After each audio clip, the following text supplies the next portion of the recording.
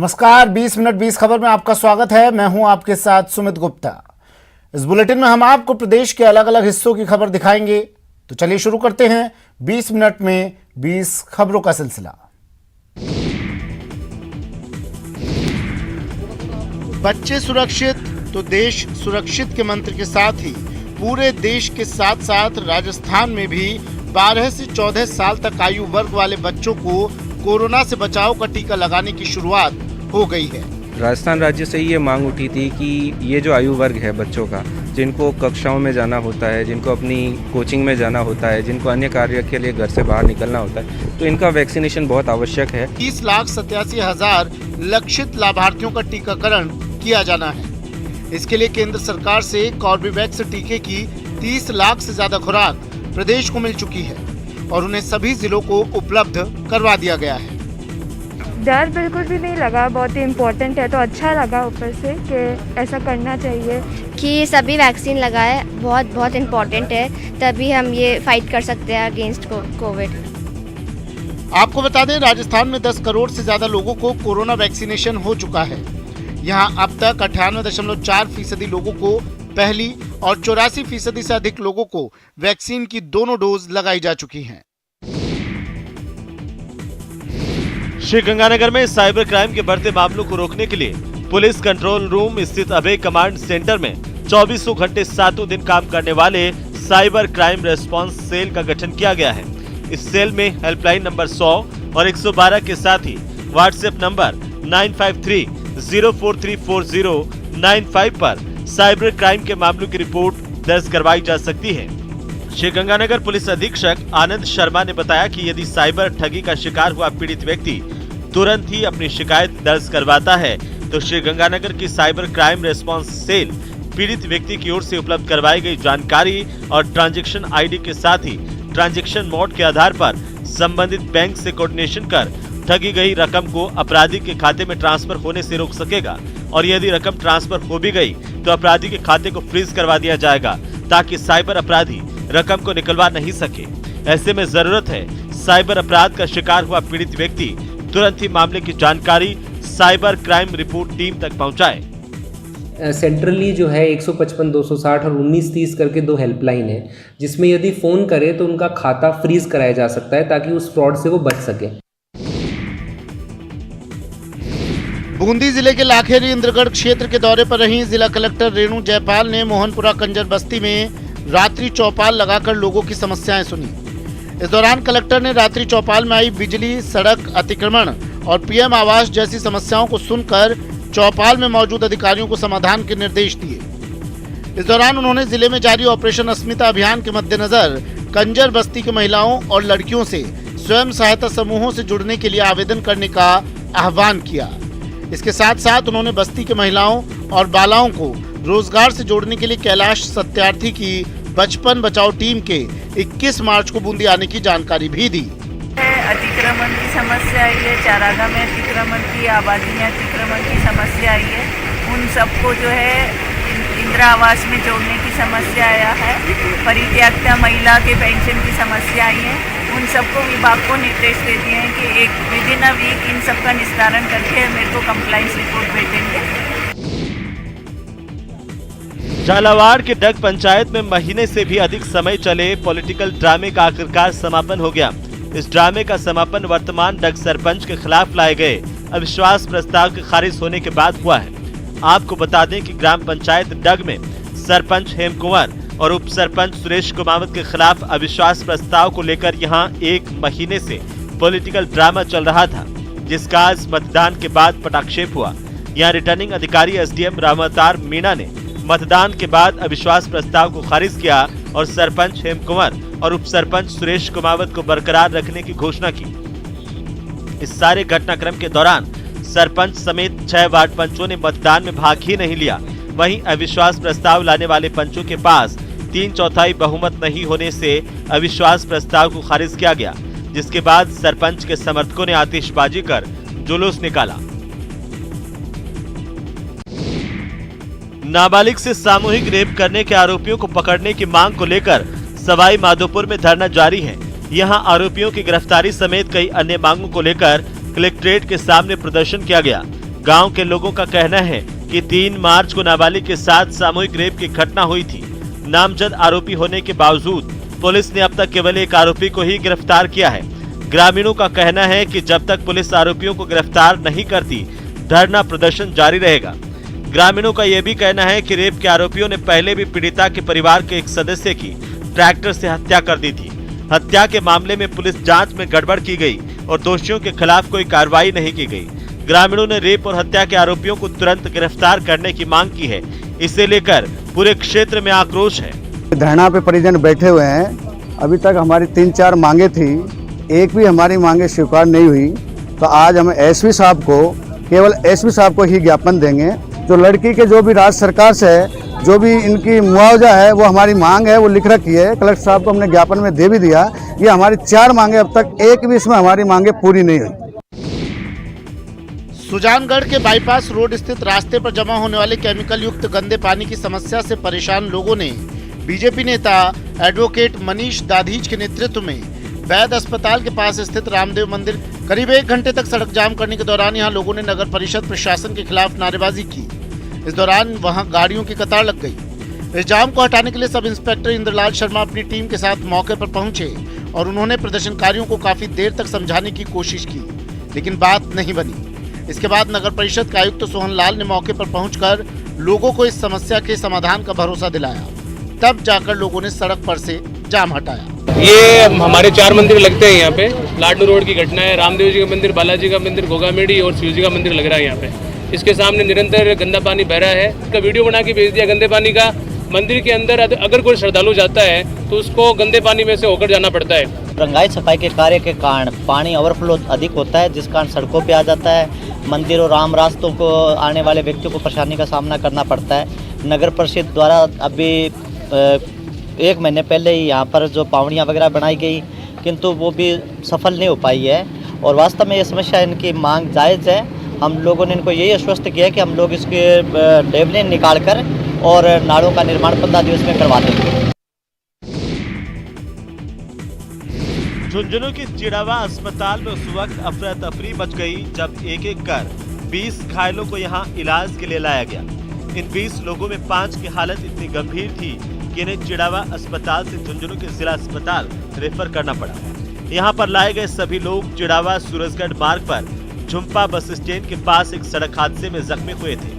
खास बात यह है कि इस हादसे में एक शख्स की मौत भी हो गई है। बताया जा रहा है कि ये लोग 3 ट्रैक्टर ट्रॉलियों में सवार होकर खाटू श्याम जी के दर्शन कर रोहतक के पास अपने गांव महम परवाना लौट रहे थे।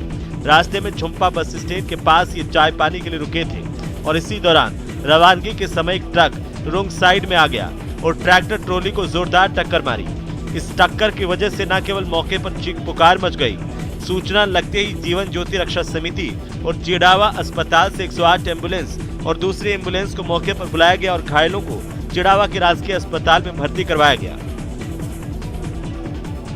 मैं फरमान के साथ में अपना गाँव जा रही थी। हरियाणा में? हाँ, हरियाणा में। रोहतक के पास है क्या? हाँ, मैम के पास है। हाँ, रोहतक तो जिला है हमारा। मैम के पास सारी संगत सही थी। मनांदा देखा कति खूब मुखा मार दिया है। एसीबी के एडीजी दिनेश एमएन कोटा में एक जन संवाद कार्यक्रम में आमजन से रूबरू हुए और भ्रष्टाचारियों को पकड़वाने में मदद करने की अपील की। आमजन से रूबरू होते हुए एडीजी दिनेश एमएन ने कहा कि भ्रष्टाचारी चाहे कितना भी बड़ा हो, अगर जनता का सहयोग मिले तो उसे सलाखों के पीछे पहुंचने से कोई नहीं रोक सकता। उन्होंने कहा कि चाहे भ्रष्ट अधिकारी कलेक्टर हो या फिर एसपी, सभी पर एसीबी लगाम कस रही है। राजस्थान सरकार का भी ध्येय है कि भ्रष्टाचार पर जीरो टॉलरेंस हो।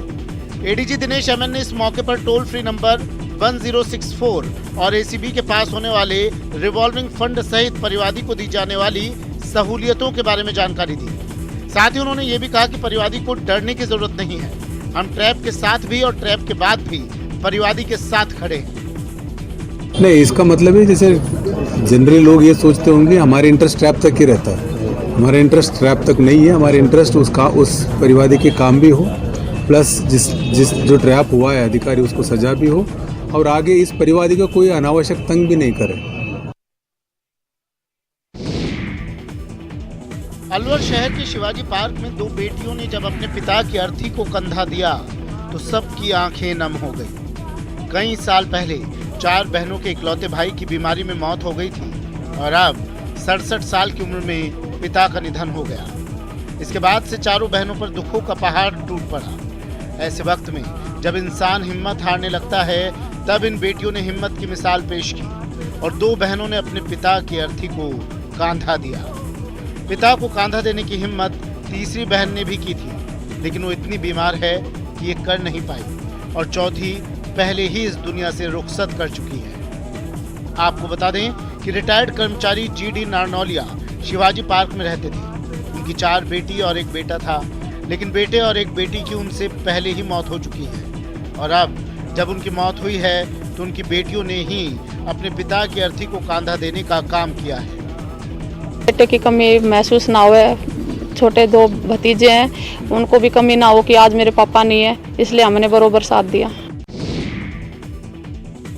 पोखरण वापस पहुंचने पर यहां के किसान हाजी अब्दुल रहमान के लिए नगर पालिका सभागार में अभिनंदन समारोह आयोजित किया गया। इस समारोह में नगर पालिका अध्यक्ष मनीष पुरोहित की अध्यक्षता में पंचायत समिति सांकड़ा के प्रधान भगवंत सिंह तंवर, उप प्रधान मंजूरदीन मेहर, कृषि विज्ञान केंद्र के वैज्ञानिक डॉक्टर रामनिवास ढाका ने उनका साफा और मालाएं पहनाकर स्वागत और अभिनंदन किया। आपको बता दें कि पोखरण के प्रगतिशील किसान हाजी अब्दुल रहमान को भारतीय कृषि अनुसंधान संस्थान नई दिल्ली की ओर से आयोजित पूसा कृषि विज्ञान मेला 2022 में इनोवेटिव फार्मर अवार्ड 2022 से सम्मानित किया गया है। इसी सम्मान को लेकर वापस घर पहुंचने पर उनका स्वागत सत्कार किया गया। गौरतलब है कि किसान हाजी अब्दुल रहमान को कृषि उपज और तकनीकी विकास के क्षेत्र में उत्कृष्ट कार्य करने के लिए कृषि मंत्रालय की ओर से प्रशस्ति पत्र देकर सम्मानित किया गया था। इस नगर पालिका के चेयरमैन साहब का और आए हुए मेहमानों का सबका आभार प्रकट करता हूँ। मेरे जो है पहचान बनी खेती के लिए, खजूर के लिए। ये अवार्ड हाल ही में 9 से 11 मार्च के बीच में दिल्ली में IRI पूसा मेला हुआ था। उस किसान मेले में, किसान विज्ञान मेले में ये इनाम मिला और ये इनाम मिलने से पोखरण क्षेत्र के अन्य किसान भी इनके लिए प्रेरणा के स्रोत बन रहे हैं। राजस्थान विश्वविद्यालय की स्थापना के 75 साल पूरे होने के मौके पर रंग छवि कार्यक्रम का आयोजन किया गया। इस कार्यक्रम के दौरान कला प्रदर्शनी भी आयोजित की गई। इस प्रदर्शनी में राष्ट्रीय और अंतर्राष्ट्रीय स्तर के कलाकारों ने अपनी कलाकृतियां पेश की। खास बात यह है कि कार्यक्रम में भवन स्थापत्य और परिवेशगत सौंदर्य विषय पर आधारित कई कलाकृतियां बनाई गई। इस कार्यक्रम में मुख्य अतिथि के तौर पर शिक्षा और कला संस्कृति मंत्री BD कल्ला ने शिरकत की। कार्यक्रम में कुलपति प्रोफेसर राजीव जैन, राष्ट्रपति पुरस्कार से सम्मानित कलाकार राम जायसवाल समेत अनेक कलाकार मौजूद रहे। प्रतियोगिता में भाग लेने वाले कलाकारों में से 12 कलाकारों की कलाकृतियों को अलग अलग श्रेणियों में पुरस्कार दिया गया। देखिए, राजस्थान विश्वविद्यालय जयपुर के विद्यार्थियों द्वारा रंग छवि का ये जो कार्यक्रम आयोजित किया गया है, इसमें विश्वविद्यालय की बिल्डिंग्स के जो कलाकृतियाँ बनाई गई है वो अपने आप में अद्वितीय, अनुपम और प्रेरणादायी है। ये मैंने सोशल साइंस जो है डिपार्टमेंट, उसका ये बनाया मैंने व्यू। तो मतलब इसमें बहुत रियलिस्टिक करने की कोशिश करी है। मेल में पहले हमसे पेंटिंग्स पुराने काम मांगे गए थे, फिर उसमें वर्क सेलेक्ट हुआ, तो फिर हमें सामान वगैरह इन्होंने वितरित किए थे, उसमें बुलाया था। देश भर में अपनी अलग पहचान बना चुका हनुमानगढ़ का भटनेर अश्व मेला अब परवान पर है। इस मेले में अलग अलग राज्यों से अश्वपालक करीब 800 अश्वों समेत यहां आए हैं और यहां इन अश्वों की खरीद फरोख्त के साथ उनकी कई प्रतियोगिताओं का भी आयोजन किया जा रहा है। आपको बता दें कि 16वां भटनेर अश्व मेला हनुमानगढ़ जंक्शन में संगरिया बाईपास पर चल रहा है। इस मेले में अश्वों की बछेरा बछेरी, 2 दांत, 3 दांत समेत अलग अलग तरह की प्रतियोगिताएं आयोजित की जा रही हैं, जिसमें जीतने वाले विजेता अश्वपालकों को सम्मानित भी किया जा रहा है। 800 से 1000 घोड़े और घोड़ियां, बच्चे, जानवर आए हैं, नुकरे और मारवाड़ी दोनों मिला के।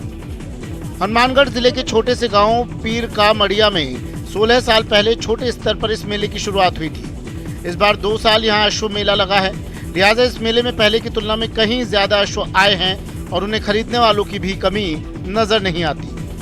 करने वाले यूपी से, कोई महाराष्ट्र से, कोई MP से, गुजरात से, दूर दूर से आते हैं। और नहीं अभी तो देख रहे हैं, फिर आगे खरीदने का ही प्लान है। यहाँ गांव मक्कासर से आए हैं हम, तो घोड़े दे अच्छी अच्छी नस्लें आई हुई है, तो यहाँ पे देखने के लिए आए हैं हम। राजसमंद जिले के अलग अलग सरकारी स्कूलों के वार्षिकोत्सव में विद्यार्थियों ने रंगारंग प्रस्तुतियां देकर दर्शकों का मन मोह लिया।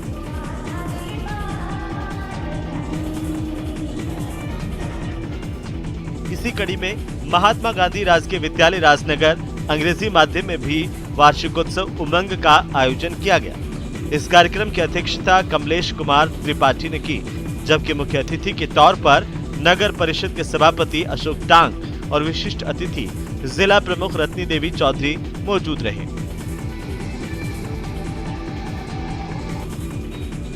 आपको बता दें कि सरकार की फ्लैगशिप योजना के तहत जिला मुख्यालय पर स्थित एकमात्र राजकीय अंग्रेजी माध्यम विद्यालय के वार्षिकोत्सव के आयोजन से पहले मेन हॉल में प्रोजेक्टर और फ्लैक्स लगाए गए और इसे डिजिटल हॉल बनाया गया।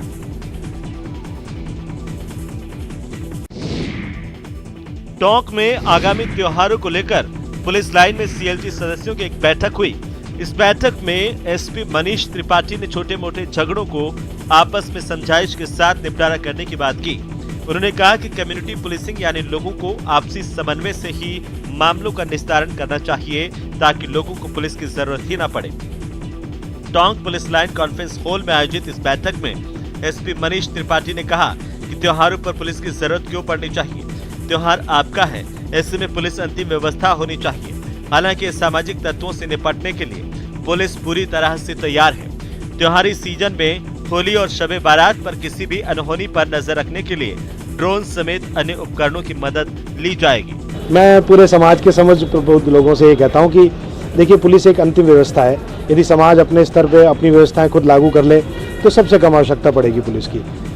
विभिन्न देशों के अंदर ऐसी व्यवस्था देखी गई है जहाँ पर कम से कम आवश्यकता पड़े।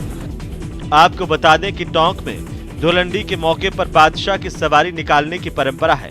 इसी को लेकर एसपी ने कहा कि परंपरागत रूप से निकलने वाली सवारी में लोग सामंजस्य बिठाकर सफलतापूर्वक यात्रा करें और गलती को नजरअंदाज करते हुए बड़प्पन का परिचय दें।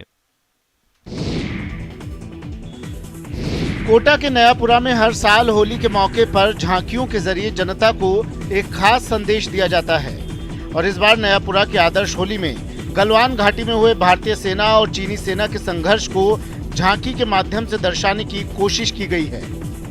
सेना के साथ साथ इस साल दुनिया को अलविदा कहने वाली स्वर कोकिला लता मंगेशकर को भी इस झांकी के जरिए श्रद्धांजलि दी गई है। इस झांकी में एनएसए जनरल बिपिन रावत की शहादत को भी प्रदर्शित किया गया है।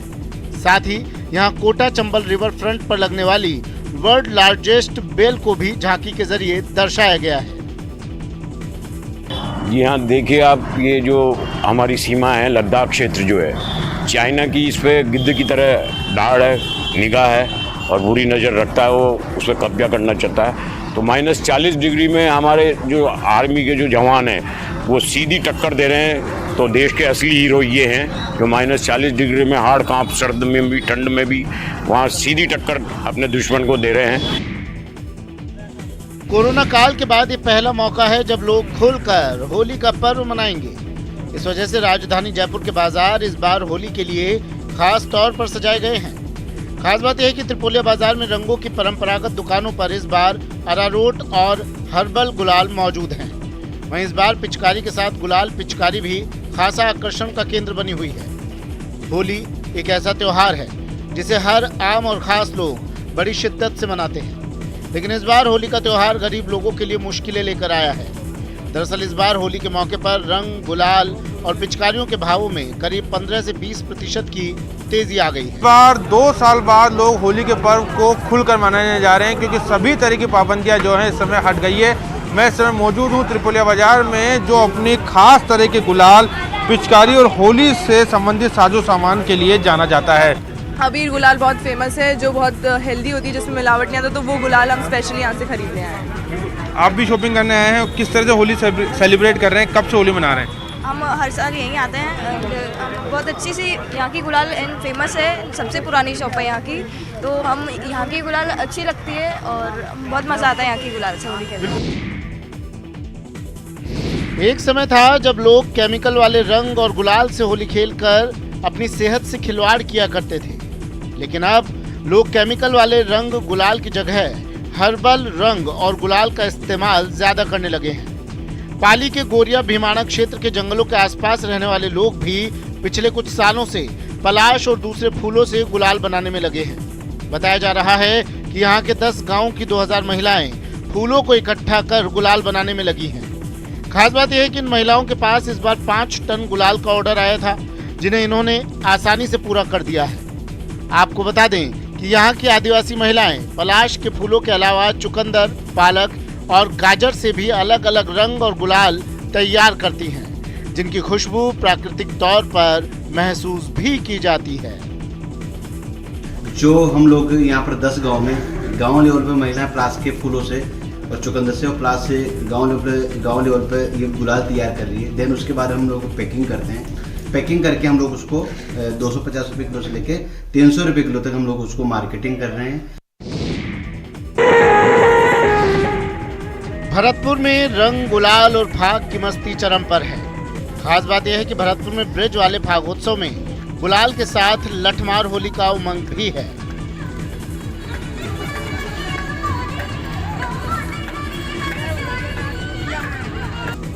यहाँ पर्यटन विभाग ब्रज की खास होली को खास अंदाज में पेश करता है, जो देश विदेश से आए सैलानियों को आकर्षित करती है। पर्यटन विभाग और जिला प्रशासन 3 दिन का ब्रज महोत्सव आयोजित करता है, जिसमें लोक नृत्य सहित पारंपरिक संगीत के साथ रंग गुलाल होली, लड्डुओं की होली और लठमार होली खेली जाती है। इस साल 2022 में हमने इस कार्यक्रम में एक दिन की और वृद्धि की है। उसमें ये किया है कि एक दिन भरतपुर है, दूसरे दिन डीग है और तीसरे दिवस 11 को कामा में हम लोगों ने इस साल कार्यक्रम प्रस्तावित किए थे, जो कार्यक्रम बिल्कुल सफलतापूर्वक हम लोगों ने ब्रज महोत्सव की शुरुआत पर्यटन विभाग ने 1990 से की थी। पहले स्थानीय लोग पारंपरिक मान्यताओं के अनुसार होली खेलते थे। भरतपुर की होली की मान्यताएं और परंपराएं वही हैं, यानी मस्ती से लबरेज फाग उत्सव। मथुरा की लठमार होली तो आपने खूब देखी होगी, लेकिन बीकानेर में पानी से डोलची मार होली खेली जाती है, जो अपने आप में अनूठी है। होली के रसिये इस डोलची मार होली का जमकर आनंद ले रहे हैं। इसमें रंग के बजाय केवल पानी से होली खेली जाती है। कहते हैं प्यार का दर्द है मीठा मीठा, प्यारा प्यारा होता है। जी हाँ, ऐसा ही दर्द बीकानेर के लोगों को मीठा भी लगता है और प्यारा भी, जहाँ होली पर डोलची से होली खेलने की परंपरा है। इस परंपरा के तहत एक दूसरे पर पानी का वार करके होली खेली जाती है। जहाँ जितना तेज प्रहार होगा और दर्द होगा, उतना ही प्यार बढ़ेगा। खेल बड़े सौहार्दपूर्ण वातावरण में खेला जा रहा है। विगत 200 वर्ष पूर्व से एक सामाजिक स्तर पर कोई विवाद उत्पन्न हुआ था। उस विवाद को मिटाने के लिए हरस और व्यास दोनों आपस में ये पानी के रूप में सौहार्दपूर्ण खेला करते हैं। विवाद से झगड़े में तब्दील हुआ, झगड़ा खूनी संघर्ष में तब्दील हुआ। उस विवाद, झगड़े और खूनी संघर्ष को पुनः भाईचारा, सामंजस्य, प्रेम, मोहब्बत में कन्वर्ट करने के लिए ये हर्षों और व्यासों के बीच में पानी का सौहार्द का खेल शुरू हुआ था। बीकानेर में होली की बात ही अलग है। इसके लिए कई दिनों पहले से ही शहर के अलग अलग हिस्सों में और मंदिरों में फागोत्सव का आयोजन किया जा रहा है।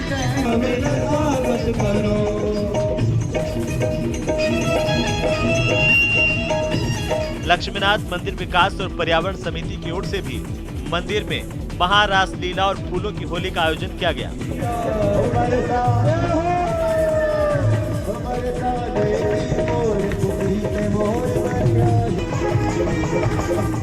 इस कार्यक्रम में डीग भरतपुर से आए प्रेस लोक कला मंच के 25 सदस्यों की ओर से ब्रिज धाम वंदना, अनूठी महारास लीला, डांडिया रास, मयूर नृत्य, दीपक नृत्य, बरसाने की लठमार होली, चरकुला नृत्य और फूलों की होली की रंगारंग प्रस्तुतियां दी गई।